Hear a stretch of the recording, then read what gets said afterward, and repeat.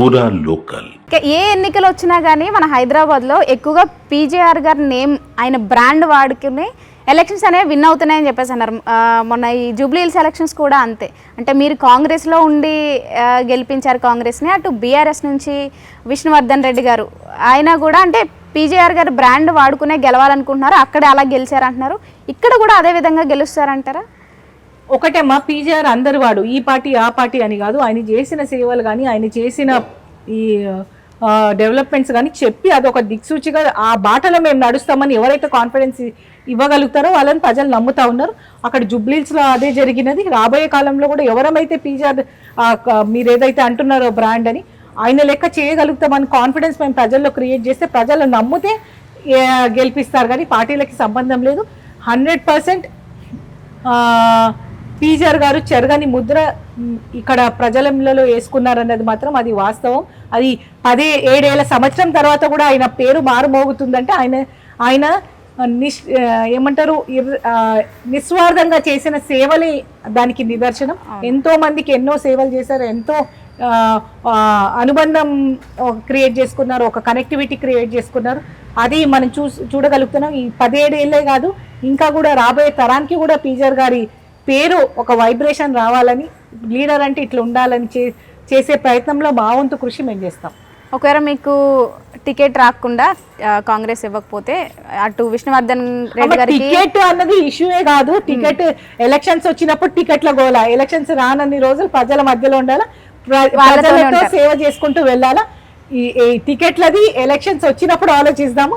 ఇప్పుడు మా వరకు మేము చెప్పేది ఒకటే, కాంగ్రెస్ పార్టీని స్ట్రెంథన్ చేసుకుంటాము, ప్రజల మధ్యలో ఉంటాం, పీజేఆర్ గారు చూపించిన బాటలో నడుస్తాం. అంటే విష్ణువర్ధన్ రెడ్డి గారు బీఆర్ఎస్ నుంచి పోటీ చేస్తే మీ తమ్ముడిగా ఆయనకి సపోర్ట్ చేస్తారా మీరు? కాదమ్మా, ఇప్పుడు ప్రతి పార్టీ నుంచి ఒక్కొక్క క్యాండిడేట్ నిలబడాల్సిందే.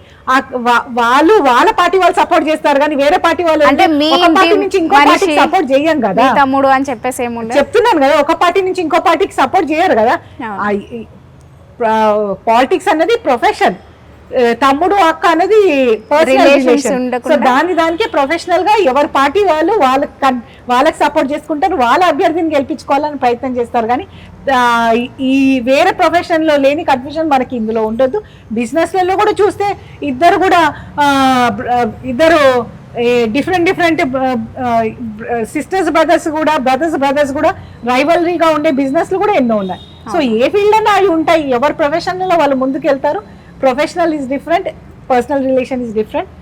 మా పార్టీ క్యాండిడేట్ బీఫామ్ ఎవరు తీసుకొని వచ్చినా వాళ్ళని గెలిపించుకునే బాధ్యత మీదే గెలిపిస్తారు. ఇంకా ఖైరతాబాద్లో కూడా ఎలా అయితే జూబ్లీహిల్స్లో గెలిపించారో అంతే స్ట్రాంగ్గా ఖైరతాబాద్లో కూడా కాంగ్రెస్ గెలుస్తుంది అంటున్నారు. అయితే 100% గెలుస్తుంది, దాంట్లో డౌటే లేదు. ఎందుకంటే ఇక్కడ ప్రజలకు పీజేఆర్ గారు కాంగ్రెస్ పార్టీ తప్ప వేరే ఆలోచన రానియకుండా అంతగానం పనిచేశారు. ఎక్కడికి పోయినా కానీ, ఏ బస్తీకి పోయినా కానీ కాంగ్రెస్ లీడర్ల పేర్ల మీదనే బస్తీలు కూడా నెలకొల్పినాయి. ఆ టైంలో జరిగిన పనులు అట్లే ఉండిపోయినాయి.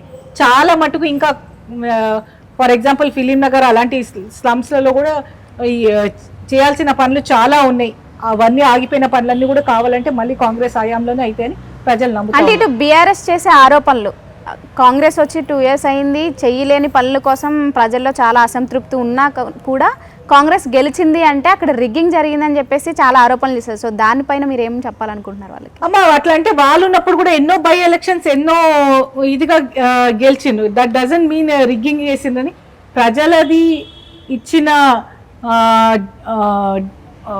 రిజల్ట్ని మనం రెస్పెక్ట్ చేయాలా. సరే, ఎలక్షన్స్ వాళ్ళు రిగ్గింగ్ చేయొచ్చా, వాళ్ళు పైసలు పెట్టలేరా అంటే అది మీ అందరికీ తెలుసు. BRS is the richest political party. మేము పైసలు పెట్టలే, ముందోలే పెట్టిన వాళ్ళు 10 సార్లు చెప్పినా కానీ ప్రజలు నమ్మే పరిస్థితిలో లేరు. ఎందుకంటే పైసలతోటి ఎలక్షన్లు జరగాలంటే ఎన్నో ఎలక్షన్స్ రూపురేఖలే మారిపోతుంది. ఇది డెమోక్రటిక్ కంట్రీ. ప్రజలని మనం మెప్పించి వాళ్ళ ఓటు అనే ఆయుధంతో మనం గెలవాల్సింది. At the end of day ఆ ఓటు మాకు ఎక్కువ వచ్చినాయి కాబట్టి, ఓట్లు మాకు ఎక్కువ వచ్చినాయి కాబట్టి మేము గెలిచాము. కానీ ఏదో పైసలు ఇచ్చి రిగ్గింగ్ చేసి మేము వాళ్ళంతా రిచ్ కాదు, మేము వాళ్ళంతా స్ట్రాంగ్ కూడా కాదు. వాళ్ళు చెప్పుకునే అంత సోషల్ మీడియాలో పులులు లెక్క వాళ్ళు ఎంత క్యాంపెయిన్ చేస్తారో చూసాం మనం. రౌడీ కావాలా లేకపోతే లేడీ కావాలన్నా ఇంకా ఏవో సింపతీలు పెట్టుకొని వాళ్ళు ముందుకు వచ్చినా కానీ అవన్నిటికీ ధీటుగా ఒక జవాబు జూబ్లీహిల్స్ ప్రజలు ఇచ్చారు. ఇప్పుడు ఉన్నది కాంగ్రెస్ పార్టీ గవర్నమెంట్లో కాబట్టి కాంగ్రెస్ అభ్యర్థులతో డెవలప్మెంట్ అవుతుందని నమ్మిండ్రు. రేవంత్ రెడ్డి గారి పాలన 2 years మంచిగా ఉన్నదని కితాబ్ ఇవ్వడానికి వాళ్ళు ఓటేశారు. అదే జరగబోతుందని ఖైరతాబాద్ నియోజకవర్గంలో కూడా మేము నమ్ముతున్నాం.